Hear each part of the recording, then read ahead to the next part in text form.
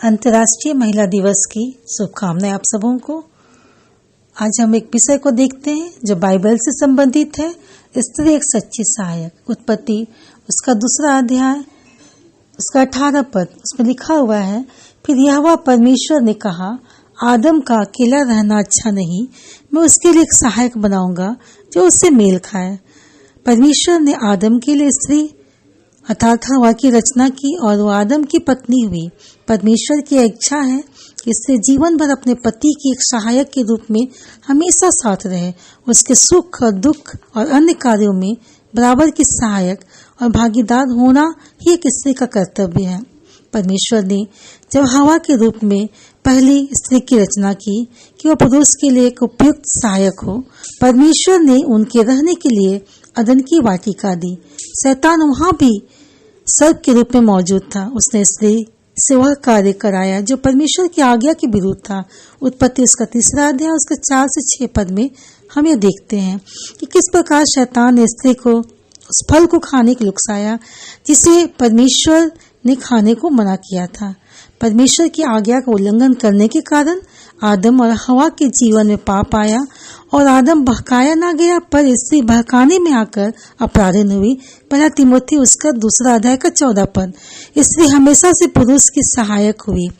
परमेश्वर की इच्छा है कि स्त्री पुरुष की सच्ची सहायक हो। वचन कहता है, सो मैं चाहता हूँ कि तुम्हें जान लो कि एक पुरुष का सिर मसीह है और स्त्री का सिर पुरुष है और मसीह का सिर परमेश्वर है। 1 कुरिन्थियों उसका 11 का 3 पद। एक सबल स्त्री के रूप में आगे आकर एक सच्चे सहयोगी के रूप में अपनी बुद्धि और चतुराई से पुरुष को उनके गलत कार्यों से बाहर निकालना एक स्त्री का धर्म हो जाता है।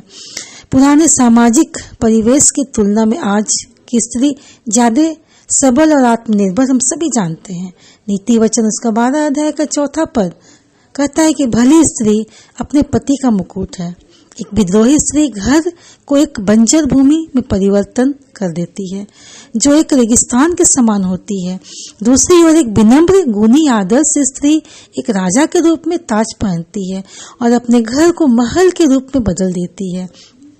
1 पतरस और उसका 3 अध्याय का 4 पद से देखते हैं, वरन तुम्हारा छिपा हुआ गुप्त मनुष्यत्व नम्रता और मन की दीनता की अविनाशी सजावट से सुसज्जित रहे, क्योंकि परमेश्वर की दृष्टि में इसका मूल्य बड़ा है। हम नीति वचन और उसका 31 अध्याय का 10 से 31 पद जब उस पढ़ते हैं तो उसमें पाते हैं कि आदर्श पत्नी की विशेषता के विषय में बताया गया है कि हाथ, हृदय, जीभ को उत्कृष्ट बताया गया है, ना कि शारीरिक सुंदरता या दैहिक आकर्षण के विषय में, क्योंकि यह सब व्यर्थ है। वह अपने पति और परिवार के हृदय में अपने प्रति विश्वास बनाती है, अपने हाथों के द्वारा मेहनत करती है, अपने पति का हाथ बटाती है और अपने परिवार का हाथ बटाती है और जीभ के द्वारा बुद्धि की बातों को बोलती है और अपने घर और परिवार के सम्मान को बढ़ाती है। स्त्री की शारीरिक सुंदरता या दैहिक आकर्षक सब व्यर्थ है यदि वह परमेश्वर का भय नहीं मानती है। पवित्र शास्त्र में हम पाते हैं कि सारे जगत के उद्धार के लिए परमेश्वर ने मरियम को चुना। मरियम परमेश्वर का भय मानने वाली स्त्री थी। परमेश्वर का अनुग्रह उसके ऊपर हुआ। ये जानते हैं कि वह अब तक कुंवारी है। परमेश्वर के वचन के अनुसार वह गर्भवती होगी। इससे उसकी कितनी बदनामी हो सकती है। उसने स्वर्गदूत से कहा, देख मैं प्रभु की दासी हूँ, मुझे तेरे वचन के अनुसार हो। तब स्वर्गदूत उसके पास से चला गया। यहाँ हम देखते हैं कि किस प्रकार परमेश्वर का अनुग्रह उसका भय मानने वाली एक स्त्री के ऊपर हुआ और वह इस जगत के उद्धारकर्ता की माता बनी। एक पत्नी के रूप में एक गुणी स्त्री अपने पति की सच्ची सहायक है। वह अपने जीवन के अंत तक लगातार सच्ची सहायक रहती है। उसके पति एवं परिवार के लिए वह सर्वश्रेष्ठ है। ऐसी स्त्री की प्रशंसा निश्चित की जानी चाहिए।